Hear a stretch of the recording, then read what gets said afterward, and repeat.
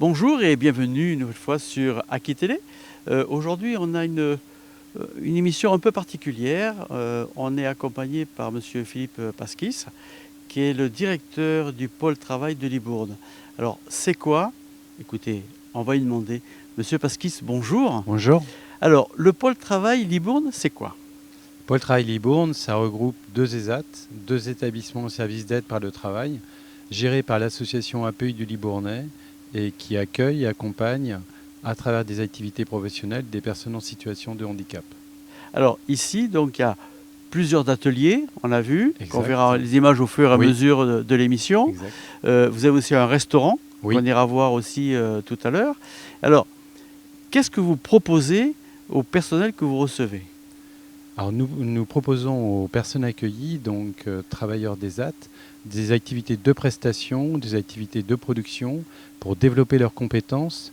À titre d'exemple, nous avons donc atelier blanchisserie, atelier espace vert, un atelier vidéo, un atelier bois, des activités de menuiserie industrielle et des activités de sous-traitance.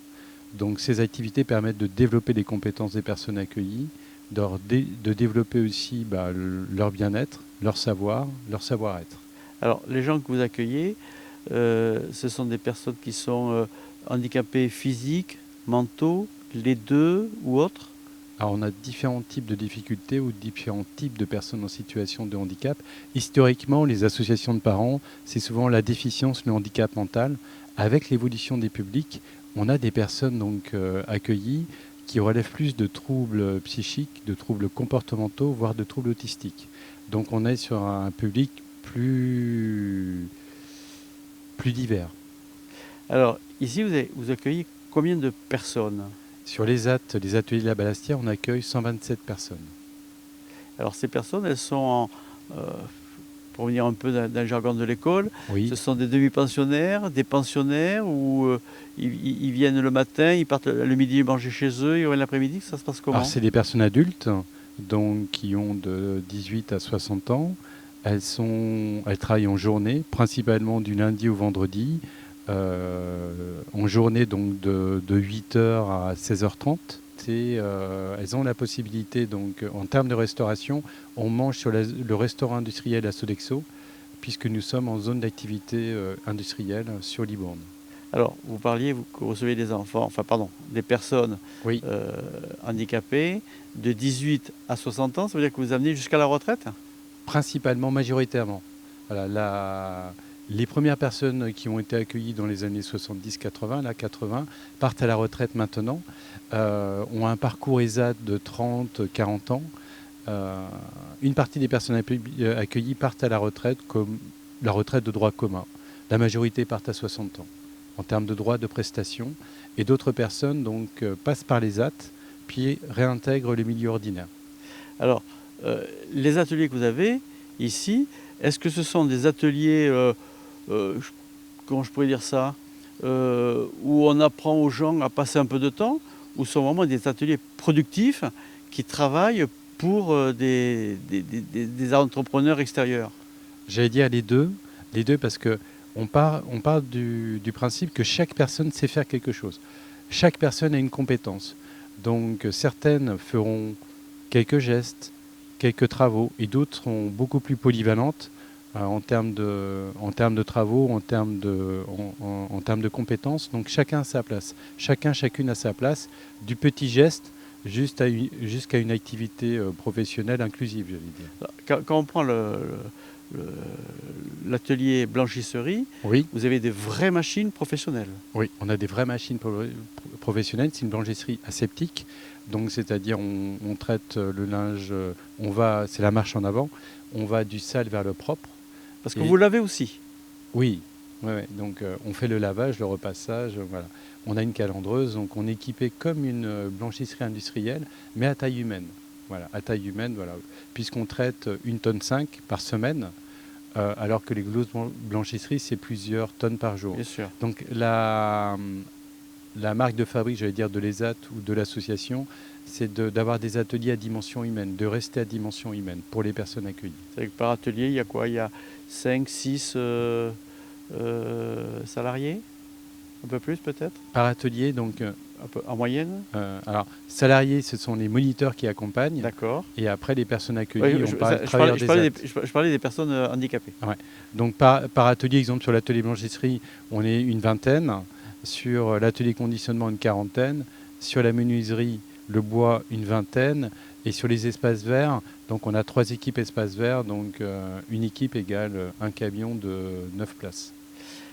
Alors, quand on parle l'atelier bois, Oui.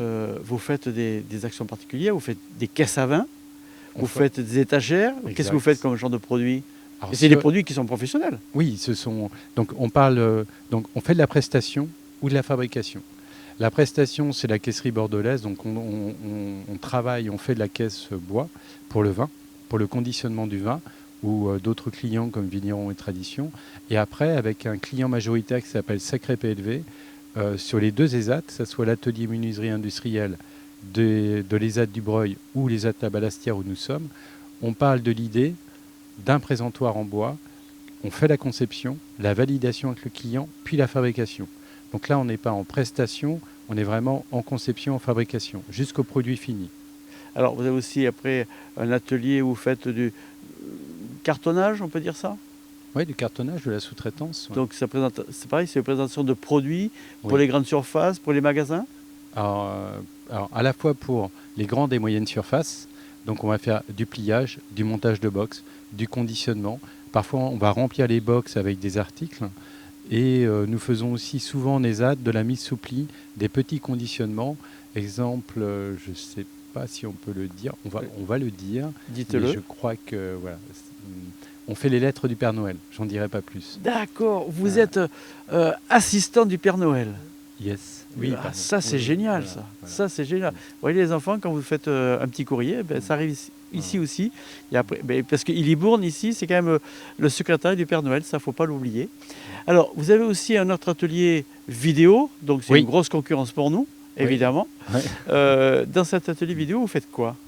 Alors l'atelier vidéo, donc au départ, c'est pour répondre aux besoins de l'association, c'est-à-dire que comme les personnes sont non lectrices, leur permettre de pouvoir, avec la vidéo, donc avoir accès à la communication, que ce soit donc le conseil à la vie sociale où on va présenter donc le conseil de la vie sociale et compte rendu en format vidéo. On va faire aussi de l'information. Exemple, en période Covid, on a utilisé l'outil vidéo pour toutes les mesures d'hygiène pour les personnes accueillies. Et ensuite, on a aussi donc présenté les livrets d'accueil en format papier, en format vidéo. Donc l'image est un média qui est intéressant pour les personnes non lectrices. On l'utilise en interne et de plus en plus, on l'utilise comme outil de communication pour l'association et on répond à des demandes d'entreprises et de collectivités. Alors, les personnes handicapées qui viennent ici, comment elles sont dispatchées dans les divers ateliers? Par exemple, pour la vidéo, Oui. c'est des gens qui ont une sensibilité vidéo et qui veulent faire la vidéo, ou vous dites, vous, ça serait bien que vous alliez là? Alors, il y a la notion de parcours. Les personnes accueillies donc, commencent par des stages. Vous le verrez tout à l'heure à travers la visite des ateliers. Donc, des stages donc, de découverte d'un atelier dans un contexte ESAT. Puis elles sont orientées, admises en ESAT. Et ensuite, dans un démarrage de parcours, elles choisissent un atelier qui répond aussi à un besoin, à une demande de l'atelier, de l'établissement. Et dans leur parcours, elles auront la possibilité de découvrir une ou plusieurs activités. Et c'est là où elles peuvent s'inscrire sur l'atelier vidéo. Alors, vous avez aussi un atelier qui est principal, c'est un peu le but de notre visite Oui. aujourd'hui. Ah oui, Vous avez un restaurant exact. en ville. Exact. C'est un restaurant qui est ouvert à tout le monde? C'est un restaurant qui est ouvert à tout le monde, qui est inclus dans la cité. Donc ça, c'est intéressant. Il est au centre-ville de Libourne, dans le cœur historique. Il est totalement au milieu ouvert. Alors, comment vous vous situez par rapport à la concurrence? Parce que j'imagine, moi, un restaurant, il y a du personnel qui est ici, enfin des personnes handicapées qui sont payées, enfin qui ont l'allocation adulte handicapé. Forcément, vous avez des coûts moindres qu'un restaurant traditionnel. Est-ce qu'il n'y a pas un problème de concurrence déloyale? Alors là, vis-à-vis des restaurateurs et vis-à-vis des commerçants du centre-ville de Libourne, nous sommes complémentaires. Nous sommes complémentaires en termes d'activité et nous avons été bien reçus, bien perçus Nous sommes bien perçus, bien reçus par les commerçants, par les restaurateurs, puisque au niveau de la restauration, donc ce sont des métiers en tension en termes de recrutement. Ça permettra aussi aux personnes formées sur le service de pouvoir intégrer le milieu ordinaire et de répondre en termes d'emploi aux restaurateurs, j'allais dire, traditionnels du milieu ordinaire. Alors ça, c'est valable pour tous les ateliers, c'est-à-dire que une personne vient ici, fait un stage, enfin, Oui. ou voit l'atelier, il peut être versé après dans le monde ordinaire? Ouais. La personne a la possibilité, a le choix. Il y a deux conditions. J'ai la capacité à et j'ai surtout la volonté. C'est surtout une question de volonté. Si la personne a vraiment la volonté, le désir d'intégrer le milieu ordinaire, le développement des compétences viendra par la suite. Bien évidemment, c'est plus facile si on a des aptitudes, si on a le savoir-faire, si on a la compétence, mais le principal moteur, c'est la volonté. Donc on a à peu près 5 à 10% des personnes qui ont la possibilité d'intégrer le milieu ordinaire de travail, d'être en milieu ouvert. Alors pour venir au restaurant, qu'on Oui. est en train de voir quelques images en ce moment, Oui, on fait la cuisine. oui. Qui c'est qui élabore les menus? Alors c'est un travail commun. On est parti d'une idée, on apprend un nouveau métier, on a créé un restaurant de toutes pièces, vous le verrez tout à l'heure, donc sous forme brasserie, mais avec une touche gastronomique. Donc c'est un travail partenariat avec Rest Alliance. Rest Alliance, c'est un fournisseur de la restauration collective. Donc ils ont apporté le métier de la restauration, de la cuisine. Donc c'est 2 cuisiniers de Rest Alliance et un restaurant géré par l'ESAT La Palastière à Peuy. Alors, qu'est-ce qu'on mange dans ce restaurant?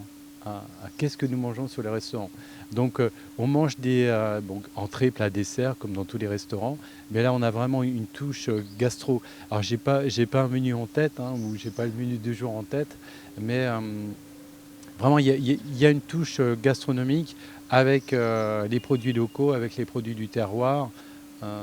C'est vraiment un positionnement. On parle de bistronomie ou bistronome parfois, donc voilà, c'est brasserie plus. Voilà, une petite touche gastronomique.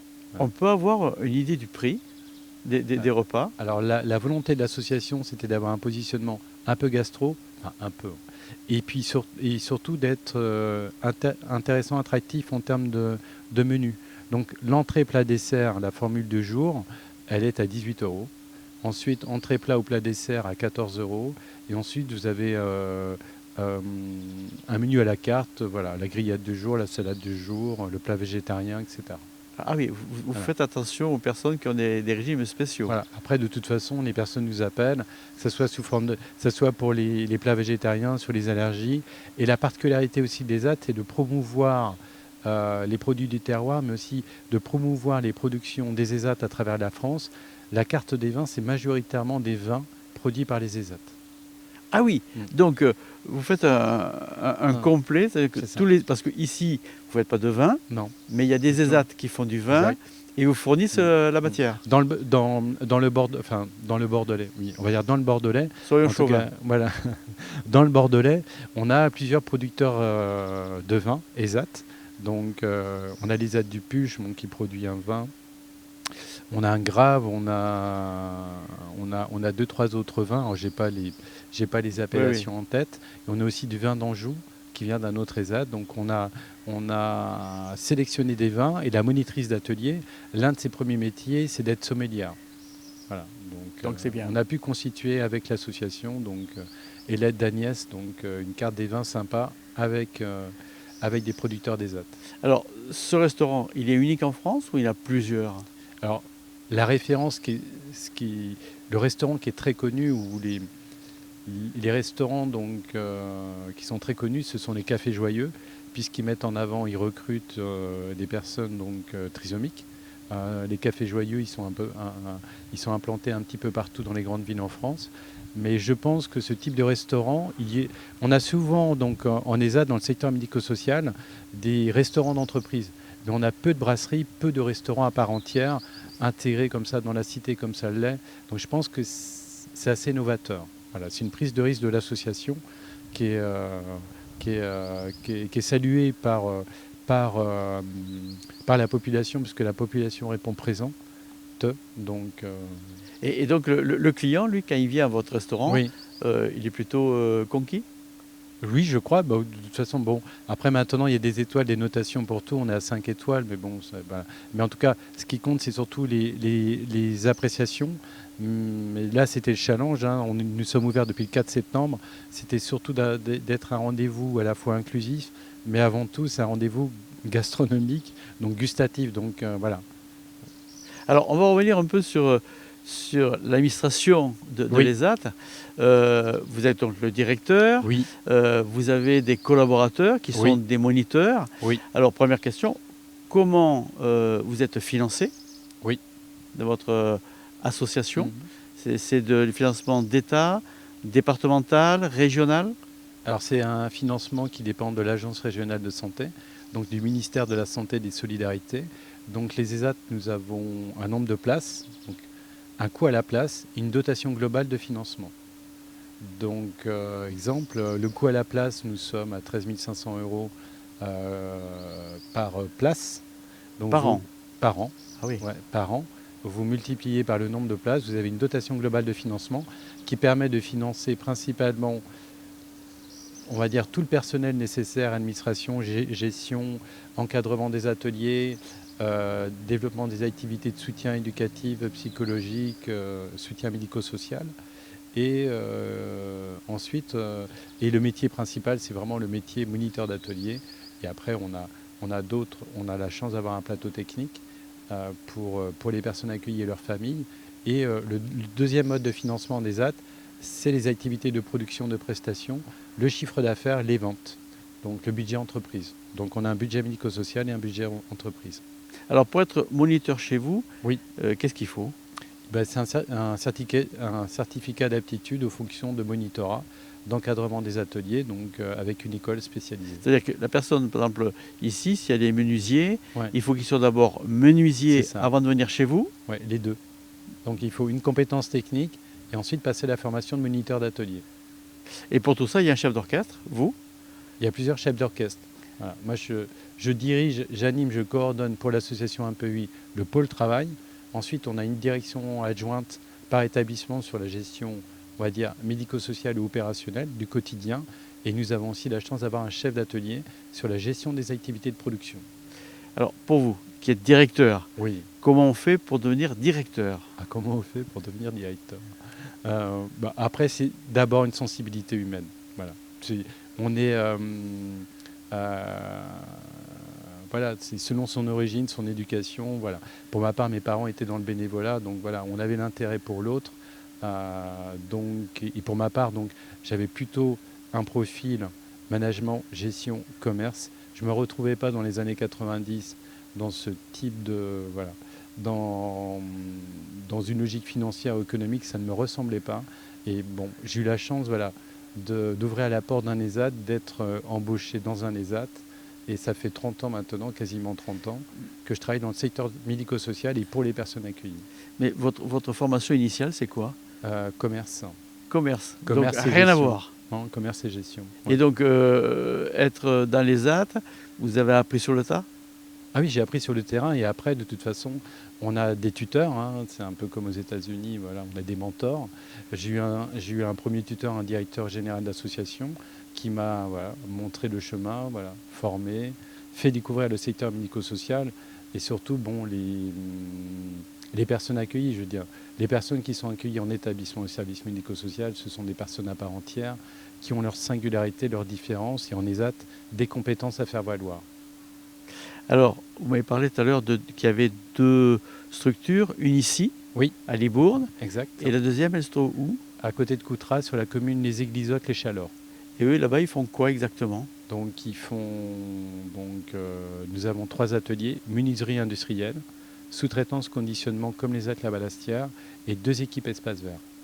D'accord. Et ce qui est intéressant sur les ateliers du Breuil, donc là, on a un petit aperçu, on l'appelle atelier bois, mais ce n'est pas une menuiserie.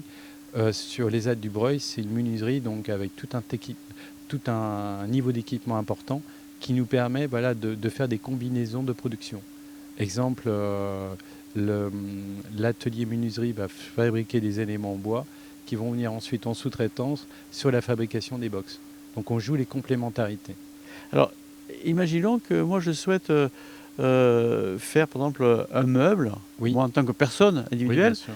est-ce que je peux venir vous voir pour dire ça serait bien que vous fassiez une commode? Oui. On peut. Non, pardon. Alors aujourd'hui, c'est encore un peu tôt, parce que malheureusement, je vais vous expliquer pourquoi. Malheureusement, on a subi une tempête le 20 juin 2022. Il y a eu une tempête voilà, sur une partie de l'Aquitaine en juin 2022. Donc la menuiserie industrielle a été impactée, le bâtiment a été totalement impacté. On doit reconstruire la menuiserie industrielle avec une machine à commande numérique. Voilà, D'accord. un très bel outil de travail pour les personnes accueillies et les clients.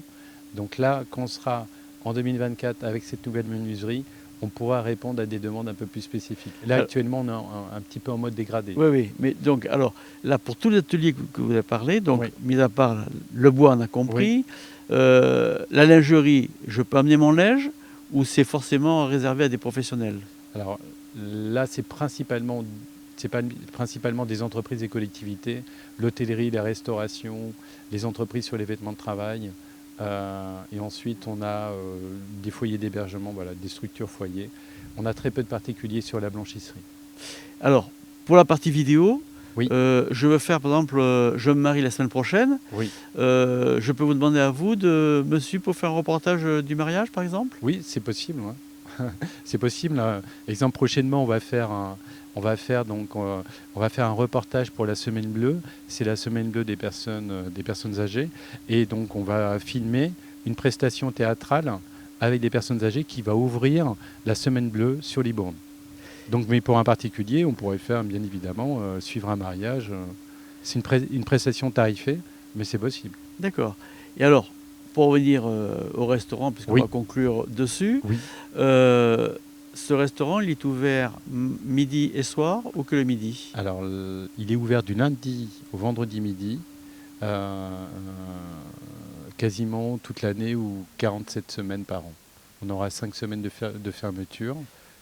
Et le soir? Et le soir, non, pardon, il n'est pas ouvert Alors, le soir. je C'est pour ça que c'est complémentaire avec D'accord. les Et si autres si je veux, par restaurateurs. exemple, faire par exemple, un banquet avec des amis pour un baptême, c'est possible aussi ou pas? Alors, dans l'immédiat, Parce qu'il faut dire dans que l'immédiat, il non. est ouvert depuis très, très peu de temps. Oui, il est ouvert depuis le 4 septembre.